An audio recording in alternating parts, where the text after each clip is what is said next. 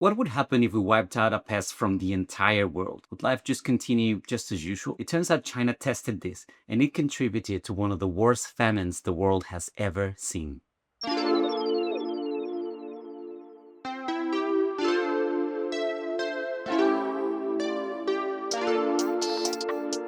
In 1958, Mao Zedong's China launched the Great Leap Forward, an initiative to turn China from an agrarian society into an industrial superpower. Part of this initiative was the National Plan for Agricultural Development. China wanted to engineer an agricultural system that was fully subordinated to human and industrial needs. Subordinated? At the time, China's agriculture was not great. There were several diseases and pests, and crop productivity was very, very low. That is why one of the first steps to achieve the Great Leap Forward was to identify the pests that were responsible for this. This was rather easy. Flies, mosquitoes, rats were associated with disease and with causing crop spoilage. However, there was another pest that was thrown in without much thought: the sparrow. Some scientists warned that destroying pests indiscriminately could lead to severe ecosystem damage, but their opinions were not heard.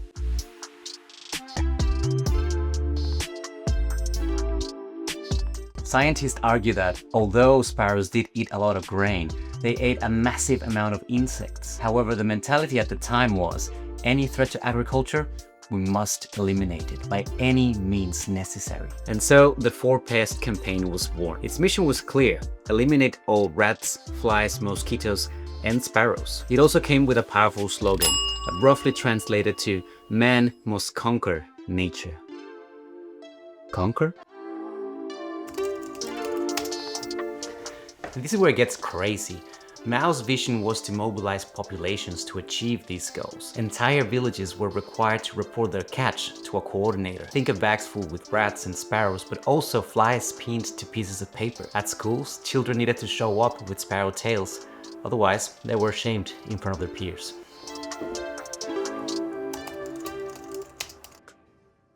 But there was one major flaw with this. The measure of success was tied to how many pests the people would find, not how many crops they grew. That meant that an enormous amount of time was dedicated to finding the pests and not to working the fields. People were using nets, drumming pots and pans to scare sparrows away, to the point where birds were falling off the sky. People were also climbing trees to crush eggs in nests. It is difficult to quantify, but the number of dead birds must have been in the hundreds of millions. And as you can guess, this affected birds other than sparrows. But this did not lead to blue skies and pristine agriculture. In fact, it was quite the opposite.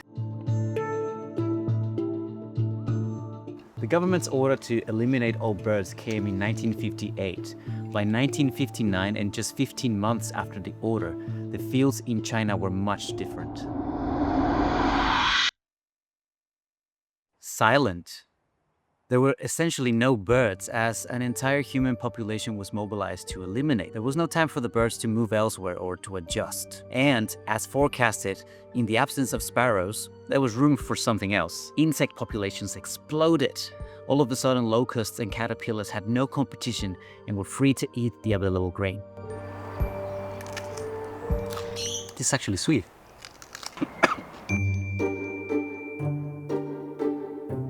There were other factors that contributed to a drop in productivity. The government ordered the implementation of agricultural practices that were unknown to farmers at the time. They had to deal with pests and diseases, kill numerous birds, and grow crop that was taken by the government to redistribute. That left them without much to go by. Once the government realized that there was a big drop in agricultural production, they stuck to their idea that it was the pests that were causing this drop, and they ordered even higher kill quotas. And then the areas that were at least able to grow some had their crop taken away and redistributed to the regions that were essentially growing zero crop. There is an important figure in this story, a Chinese ornithologist whose name I'm not going to butcher. He analyzed the content of stomachs of sparrows and realized that although they ate a lot of grain, they ate predominantly insects. At this point, the government realized the severity of the famine and a more equal distribution of food was instated.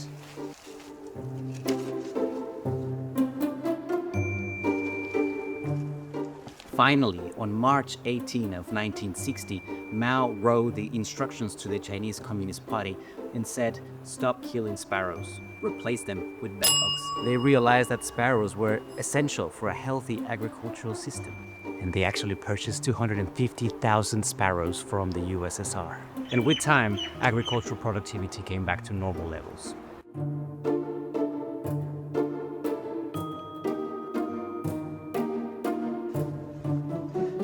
And you know what? The worst thing is that this had already happened. In 1744, Prussian King Frederick the Great ordered the mass killing of sparrows, but these resulted in pest outbreaks. He had to back down and eventually purchase sparrows from other countries.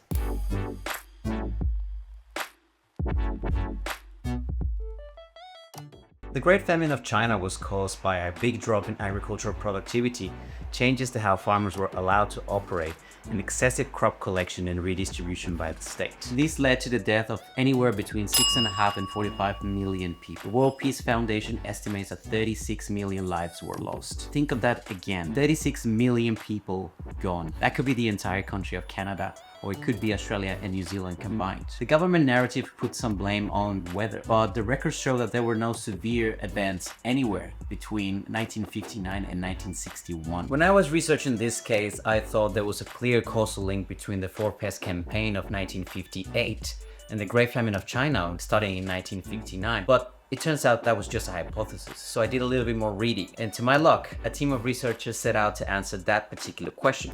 Were the two events linked, and how many people died as a result of the Four Pest Campaign? Here I have some numbers. Eliminating sparrows led to a decrease in productivity of rice of 5.3% and wheat of 8.7%. Now, that may not sound very relevant, but hear me out. If we assume that an average person consumes 250 kilograms of rice per year, that drop in rice production would have been enough to feed almost 30 million people. Combined, local extinction of sparrows decreased the national crop yield by 20%.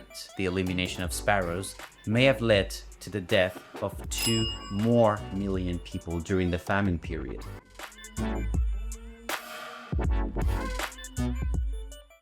So what did we learn from this entire situation? First, nature is very complex. There's hardly any organism on Earth whose destruction would lead to life just as usual. Second, pest management is a complicated process that requires careful planning, and it's most effective when we increase the diversity of the organisms in the ecosystem. And finally, we often talk about how human activity leads to ecosystem destruction, while in reality, what we're dealing with is human self-destruction. Thank you for reaching the end of the video. If you enjoy it, please like it and you'll see more of this. And I'll see you in the next one.